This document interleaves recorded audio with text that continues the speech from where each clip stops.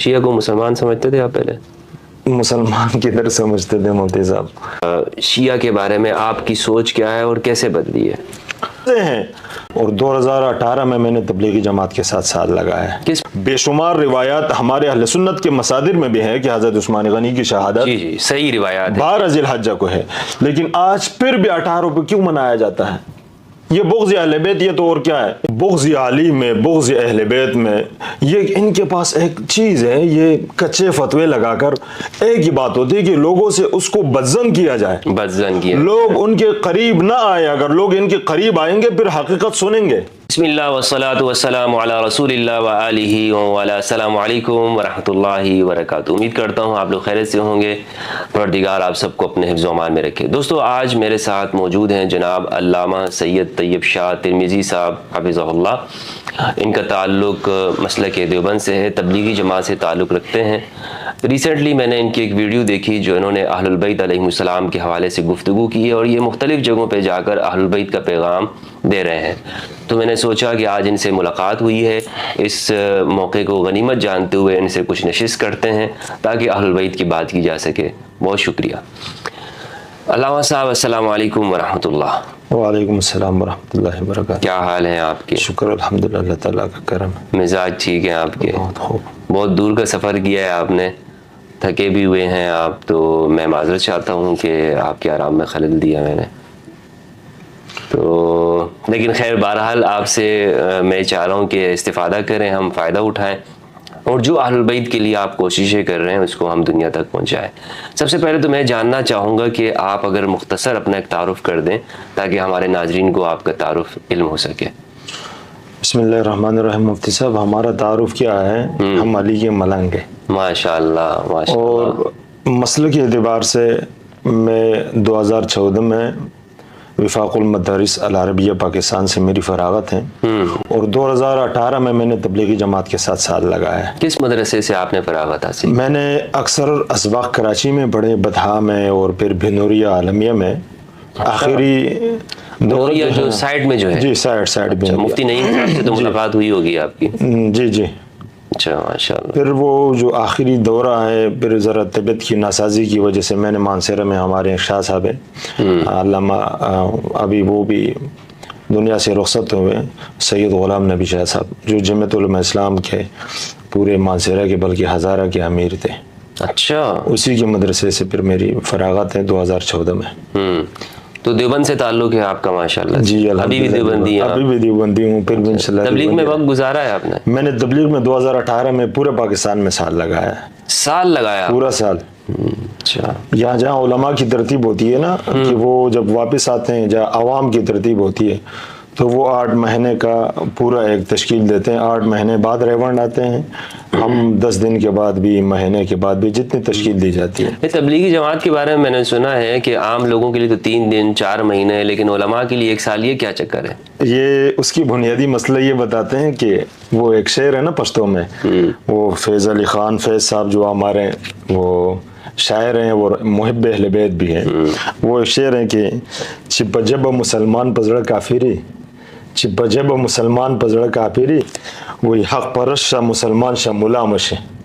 یعنی جو مولوی کے اوپر سال اس لیے لگاتے ہیں کہ یہ لوگ سدھر جائے، ان کے اندر اعتدال آ جائے، ان کے اندر نرمی آ جائے، ان سے جو ہے نا وہ اندر کی جو سختی ہے نا وہ ختم ہو جائے. مولوی سدھر جائے تو عجیب بات نہیں ہے، تو بڑی بات ہے. مولوی تو دوسروں کو سدھارتے ہیں نا، خود کیسے سدھر جائے؟ تو اب اگر آپ دیکھیں کہ پاکستان کے اندر یا جہاں بھی ایسے حالات ہوتے ہیں، بنیاد مرکز یہیں ٹھہرتے ہیں. اپنے تو سوشل میڈیا سے منسلک آدمی ہیں آپ. نہیں آپ بتائیں، میں تو خیر بتاتا رہتا ہوں، لیکن میں چاہ رہا ہوں کہ آپ کے علم سے ہم فائدہ اٹھائیں نا.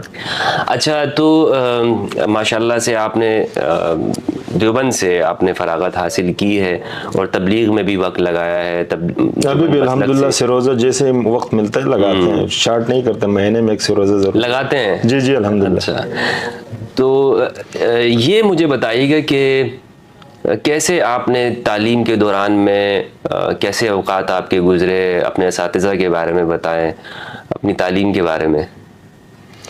تو تعلیم کے بارے میں آپ کو کیا بتائیں کہ یہ جو من کنت مولا والی حدیث مبارکہ ہے، اور پھر خصوصاً لوگ اعتراض بھی کرتے ہوں گے کہ جس انداز سے ہم ابھی سن رہے ہیں آپ جیسے محبان اہل بیت سے یا دوسرے جو ہمارے علماء اہل سنت ہیں، اس انداز میں ہم نے نہیں سنا کبھی.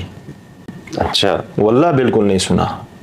اب میں بھی حیران ہوں کہ شاید میں نے اس دن چھٹی کی تھی جس دن یہ سبق ہو رہا تھا، یا چلیں وقت کے ساتھ ساتھ حق ظاہر ہوتا ہے اور انشاءاللہ ہوتا رہے گا. اچھا.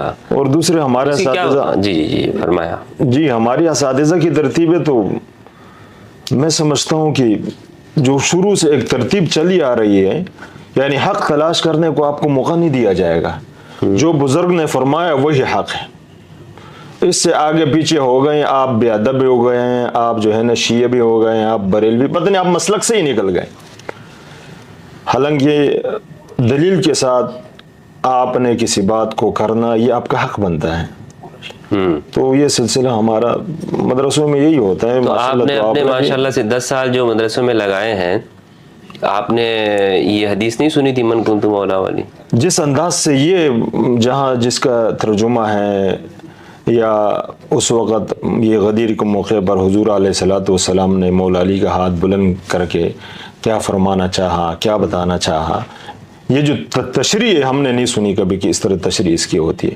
کیا تشریح کیا سنی ہے آپ نے اگر سنی؟ تو وہ فارسی کا ایک شعر ہے نا کہ فرمود مصطفیٰ بمقامی غدیر خم مولائے غلامان محمد علی علی آساقی کوثر کے بفیضان نبوت مخمور دو چشمان محمد علی علی. اسی فارسی کے شعر میں فرماتے ہیں کہ مولا علی یعنی فرمود مصطفیٰ بمقامی غدیر خم مولائے غلامان محمد علی علی.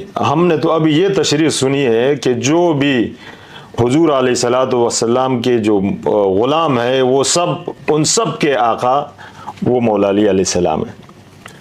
تو اسی انداز سے کہ اسی غدیر میں ان کی مولائیت، ان کی ولایت کا اعلان، ان کی آقا ہونے کا اعلان، سردار ہونے کا اعلان. نہیں تو دیوبندی تو حضرت معذرت سے اس چیز کو نہیں مانتے ہیں، پھر آپ کیسے مانتے ہیں؟ تو ابھی یہ غدیر کا مسئلہ چل رہا ہے. غدیر کا واقعہ اتنا بڑا واقعہ ہو گیا. آپ دیکھتے ہیں کہ ابھی حضرت عثمان غنی کی شہادت کی باتیں ہو رہی ہیں 18 ذی الحج کی. چلیں اگر حضرت عثمان غنی کی شہادت پہلے تو ہے ہی نہیں 18 کو، اگر 18 کو ہے بھی تو پھر یہ غدیر کا اتنا بڑا اعلان، اس کے لیے کم از کم ایک لفظ آپ بولے، یہ کیوں نہیں بولتے ہیں؟ چلو جلوس نہ نکالیں آپ، اس کے لیے پروگرام نہ کریں، کم از کم سوشل میڈیا پہ ایک لفظ تو بولیں کہ ہاں یہ غدیر کا معاملہ بھی ہوا ہے. اسی پر جو ہے نا لاہور کے اندر ایک خطیب صاحب کو مولا علی کی شہادت کے دن 21 رمضان المبارک کو جب اس کو بلایا گیا تو وہ خطیب صاحب جیسے ممبر پہ بیٹھے تو سامنے متولی مسجد آ کے کان میں کہتے ہیں ماشاءاللہ خطیب صاحب آپ بہت اچھے بولتے ہیں، آج آپ حضرت ابوبکر صدیق کا تذکرہ کریں.